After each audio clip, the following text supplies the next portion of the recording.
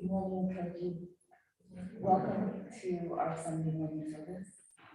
My name is Anna Texan, and I will be your service chair today. We're grateful for your presence this morning. The service is being live streamed on Zoom and YouTube. On the managing today is our resident minister, Reverend Mariaki Hayashi. Our main priority is keeping our Sangha a safe place to hear the Dharma. Although we are very happy to see each other, be mindful of others' comfort levels. Please keep in mind the following policies. Keep your masks on at all times. Be mindful of social distancing. We are allowed to chant along with Reverend Hayashi since we have masks on. Thank you for your understanding. So those of you who are new to Ekoji, please feel free to make it the laminated sheets that we have in the backs of the chairs. We'll give you a summary and some background information of our services.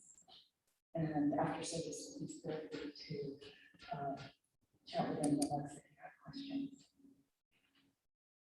Now, Reverend Hayashi will lead us in opening meditation and recitation of the meditation.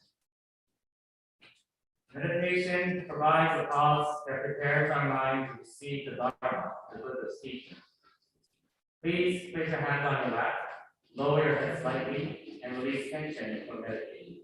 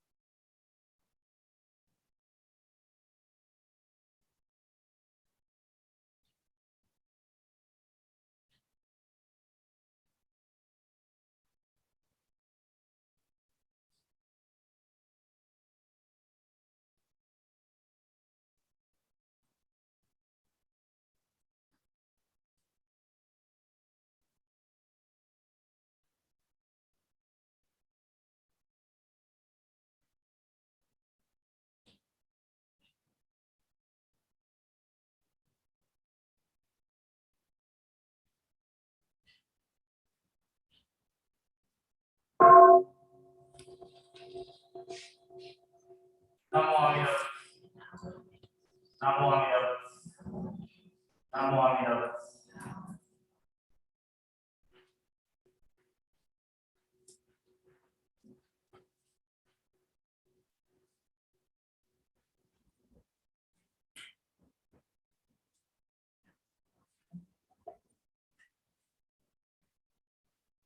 So if you would please refer to your service booklet and inside there is a laminated sheet. It's in the rundown of these. If you record.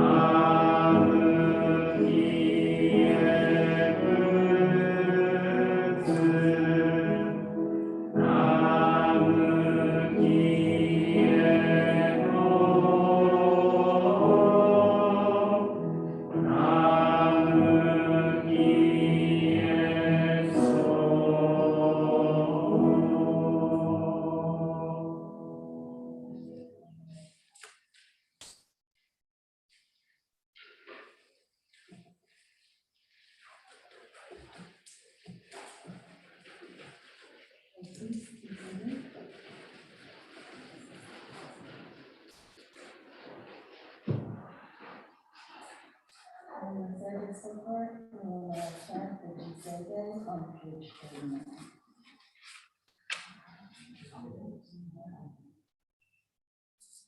I'm sorry, if you could please turn to page 29, we'll first chant the same.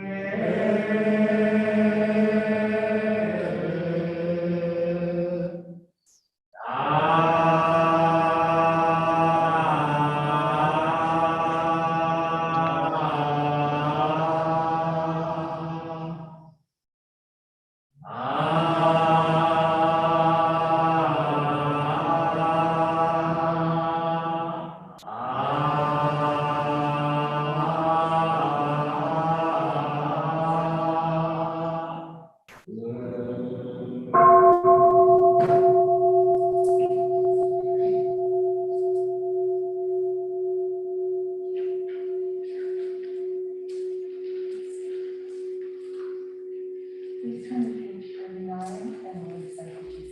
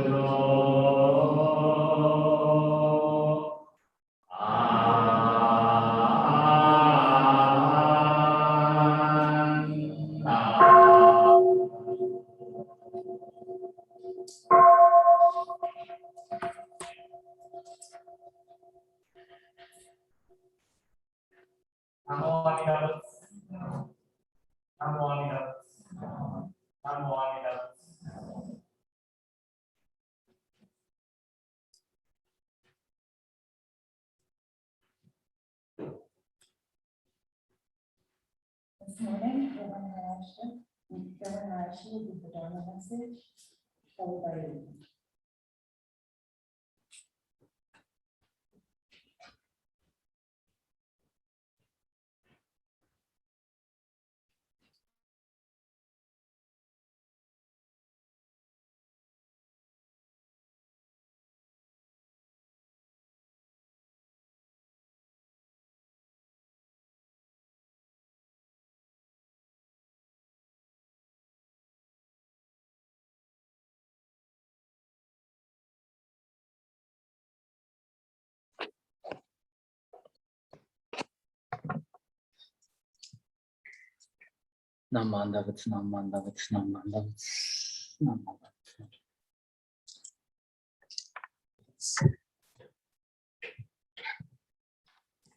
Good morning, everyone.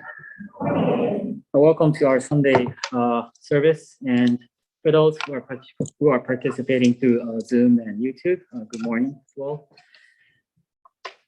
So as I often mention, that the crucial key point to the teachings of Shin Buddhism is awareness. Awareness is very important in Shin Buddhism. In fact, awareness is not only crucial to Shin Buddhism, but for Buddhism as a whole. There are many Buddhist leaders and masters who emphasizes the importance of awareness. For instance, the head spiritual leader of Tibetan Buddhism, Dalai Lama, says, whether you call it Buddhism or another religion, self-discipline, that's important. Self-discipline with awareness of consequences. Bodhidharma, the founder of Chinese Zen Buddhism, also says, Buddha means awareness, the awareness of body and mind that prevents evil from arising in either. The great Vietnamese Zen master, Thich Nhat Hanh, also says, awareness is like the sun. when it shines on things, they are transformed. However, there are two kinds of awareness, the inward awareness and the outward awareness. And today I want to talk about these two kinds of awarenesses and also how the outward awareness is as important as the inward awareness. So the first inward awareness is the awareness of the self, the awareness of the self. In other words, it means to become aware of your true nature, This awareness, this inward awareness is based on the Four Noble Truths that was taught by Shakyamuni Buddha. Buddha said that the fundamental truth of human existence is that our individual lives always involve stress and suffering. Even when things seem good, we always feel an undercurrent of anxiety and uncertainty inside. So thus, Shakyamuni Buddha said, life is full of suffering. This is the first noble truth. And looking into the first noble truth, there is the second noble truth that is the cause of our suffering, our stress and suffering, which is our fundamental ignorance and craving, which is called traditionally blind desires. So the cause of our suffering is our blind desires. The natural human tendency is to blame our difficulties on things outside of ourselves. But Buddha teaches us that their actual root is to be found, in the mind itself, inside ourselves. Thus, in most cases, we create our own stress and suffering, not others. We are the one who is creating our own stress and suffering. The awareness of our suffering and the cause of our suffering leads one to the third and the fourth noble truth of the path of liberation or nirvana and the way to it. This is the third and fourth noble truth. Therefore, the first noble truth, that is the awareness of our suffering, leads one to the fourth noble truth of nirvana. However, suffering and nirvana are not two separate things.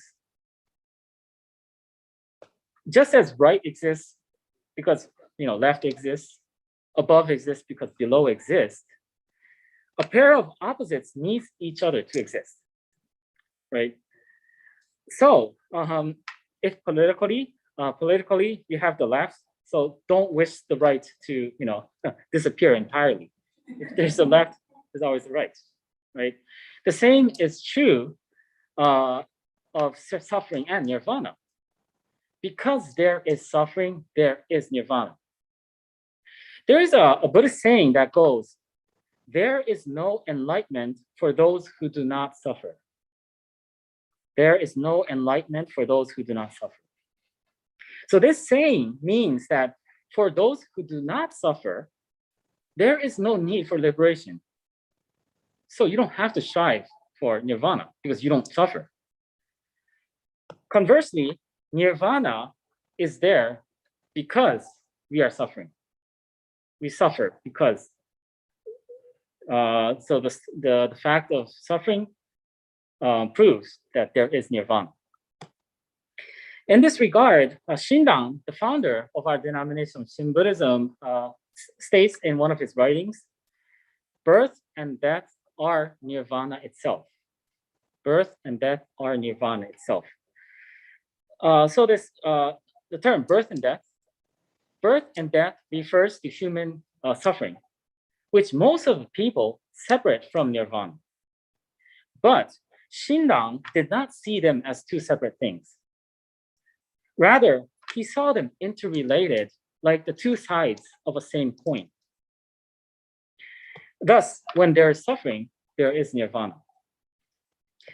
It is stated in a sutra called Vimalakirti Sutra, just as pure and fragrant lotus flowers grow out of the mud of a swamp rather than one of the clean earth of an upland field, So from the muck of blind desires springs the pure enlightenment of Buddhahood. Even the mistaken views of heretics and the delusions of blind desires may be the seeds for Buddhahood. Thus, those who are aware of their own suffering and the cause of it are those who can develop a pure aspiration for enlightenment. Therefore, the inward awareness is the awareness of one's suffering and is fundamental to the Buddhist teachings.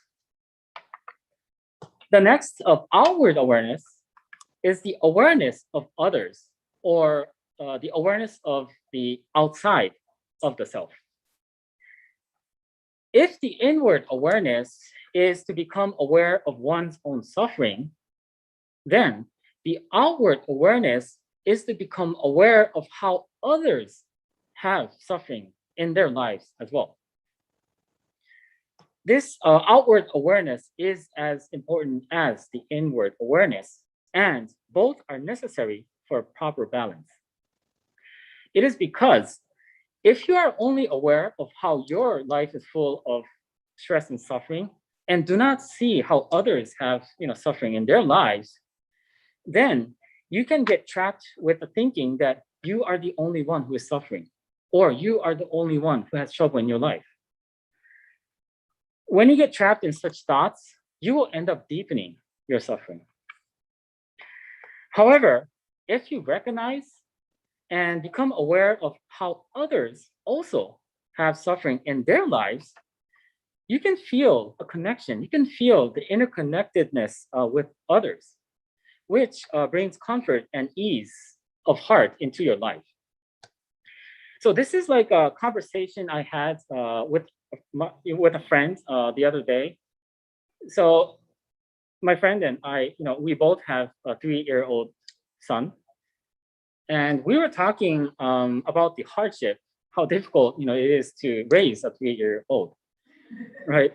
And my friend, he was expressing his frustration and stress of how his son doesn't listen to him, how his son keeps on doing things he tells him not to do, and how he has to tell his son the same thing over and over again every day, right? He was so stressed out that he even thought that there was something wrong with his son. So he should take him to see a psychiatrist when his son's, pediatrician keeps telling him that there is nothing wrong with your son. That is what 3-year-olds do. So listening to him, I said how I was experiencing the same thing.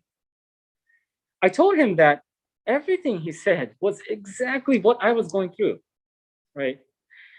And he was listening to me, and then suddenly he said, "Oh, what a relief." Apparently, he was too stressed out that his stress made him think that he was the only one who was suffering with raising a child. So he was, unconsciously isolating himself from others. So this conversation made it clear how outward awareness is important in life. Furthermore, becoming aware of others' suffering means to become aware that others can also develop a pure aspiration for enlightenment just as you. In other words, you can see how others also have the potential to aspire nirvana. And this potential in Buddhism is often called Buddha nature, Buddha nature. In the sutra called Sramgama Sutra, it is stated, "We have spoken of the pure and true mind as being fundamental. It is the Buddha nature that is the seed of Buddhahood. If one holds a lens between the sun and moksha, one can start a fire, but where does the fire come from? The lens is at an enormous distance from the sun, but the fire certainly appears in the moksha by means of the lens. But if the moksha did not have the nature to burn, there will be no fire." So in this metaphor, the moxa that is used to set the fire is described as Buddha nature. Like the moxa having the burning nature, we all have Buddha nature, regardless of our gender, our wealth, our knowledge, our race, where we came from, our background. It does not matter. We all have Buddha nature. We all have the possibility to experience nirvana. Thus, Shakyamuni Buddha said, every existence is a manifestation of Buddha nature as it is.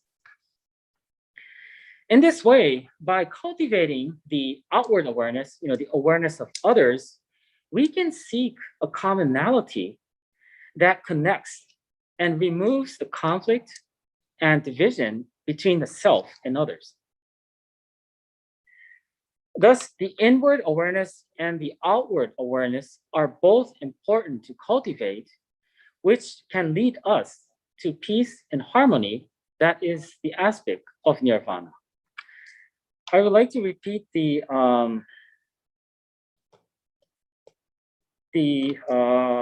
paragraph from the Vimalakirti Sutra for conclusion.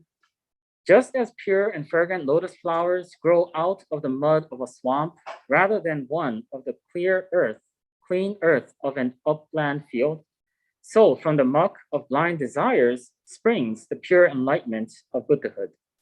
Even the mistaken views of heretics and the delusions of blind desires may be the seeds for Buddhahood.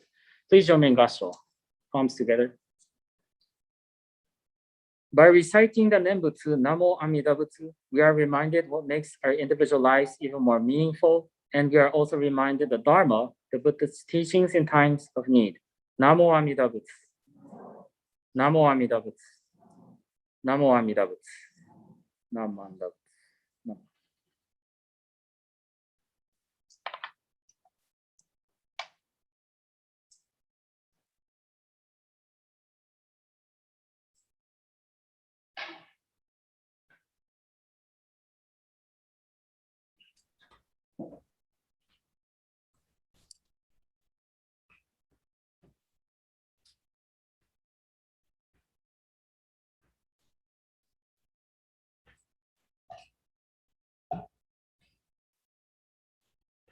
During the start of the service, we participate in the ritual of Shofar. Traditionally, the burning of incense. However, due to the interim policies of the board and the influence of the coronavirus, incense burning is not being allowed due to the handling of the incense pieces and the resulting smoke. We invite you to come to the front of the table to offer Hashem. And if you wish, offer Ghana,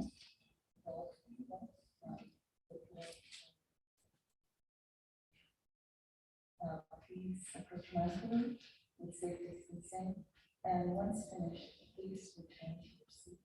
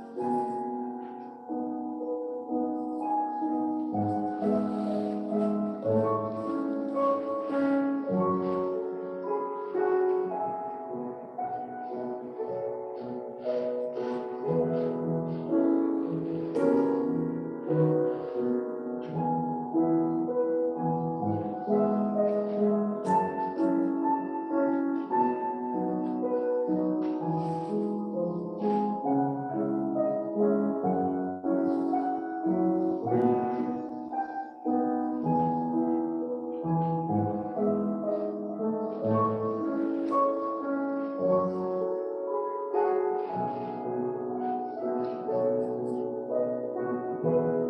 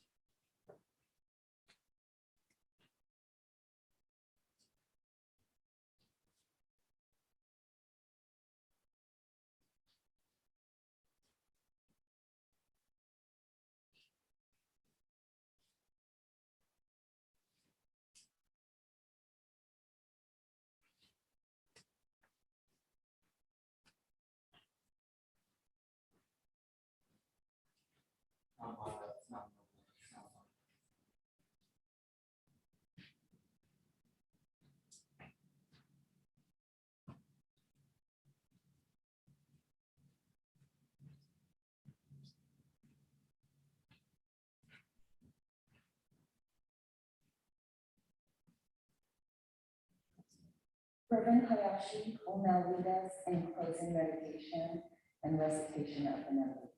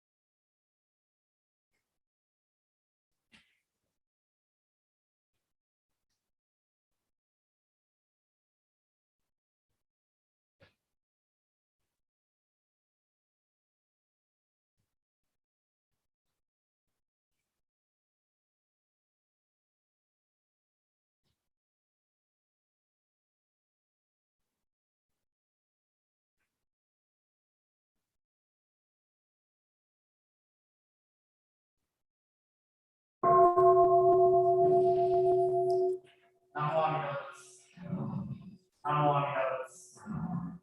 Namo Amida Butsu.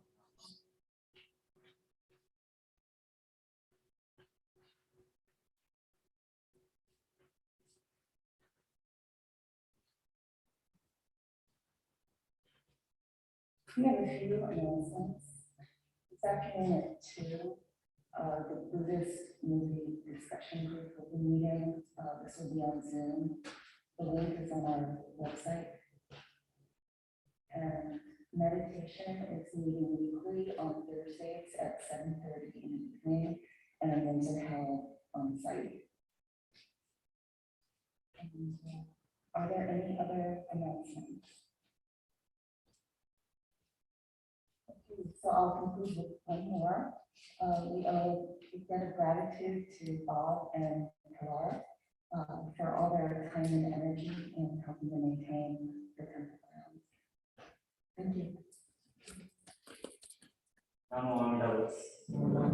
Namo Amida Butsu. Namo Amida